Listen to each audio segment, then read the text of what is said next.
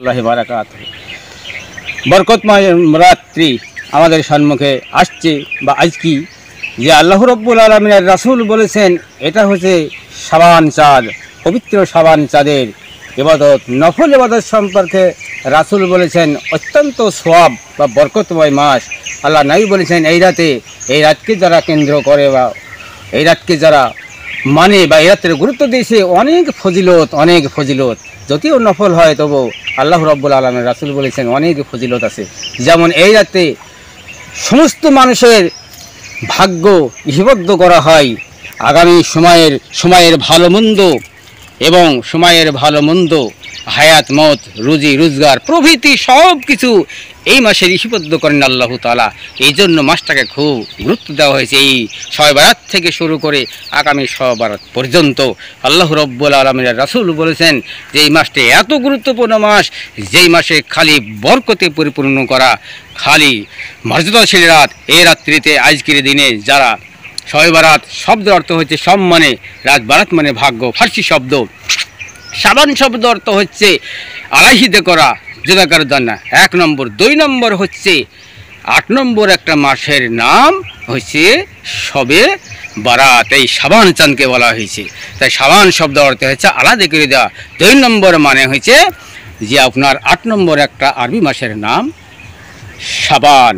এই মাসে বরকতময় আল্লাহ রাসূল বলেছেন যারা দিবাগত 14 তারিখে রোজা রেখে 15 তারিখের রাতে ইবাদত করবে তাদের জন্য খুশির সংবাদ। রাসূল বলেছেন কলান নবী সাল্লাল্লাহু আলাইহি সাল্লামা তুবা লিমান ইয়ামাল নেতি মিন শাবান, খুশি ওই ব্যক্তির জন্য, শুভ সংবাদ ওই ব্যক্তির জন্য যে ব্যক্তি দিবাগত 15 তারিখের রাতে, মধ্যম 15 তারিখের রাতে আল্লাহর ইবাদতে মগ্ন থাকলো, তার জন্য খুশির সংবাদ। সুবহানাল্লাহ। আল্লাহ রাসূল আরও বলেছেন 15 তারিখটা কেন্দ্র করে আল্লাহ নবী বলেছেন যে নিসফু শাবান যেটা বলা হয়েছে ওই দিকে লক্ষ্য করে আর নাবিজি বলেছেন যে 15 তারিখের রাতটি আরও গুরুত্বপূর্ণ রাত, যা মানুষকে জাহান্নাম থেকে সুরক্ষিত রাখবে। সুবহানাল্লাহ। সেই রাত সম্পর্কে আল্লাহর নবী, দিন সম্পর্কে, রোজা সম্পর্কে আল্লাহর নবী হাদিস শরীফের মধ্যে বর্ণনা দিয়েছেন।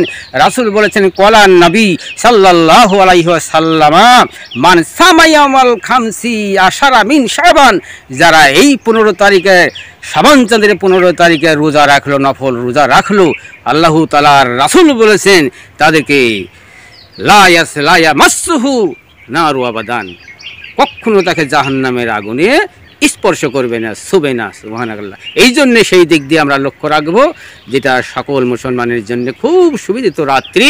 এই রাতেই আমরা কিছু আল্লাহর জন্য নফল ইবাদত করব। আল্লাহ আমাদেরকে জানার, মানার এবং এই রাতকে ইবাদত করার, রোজা রাখার তৌফিক দান করে। এই বলে আমার বক্তব্য শেষ করছি। আসসালামু আলাইকুম ওয়া রাহমাতুল্লাহ।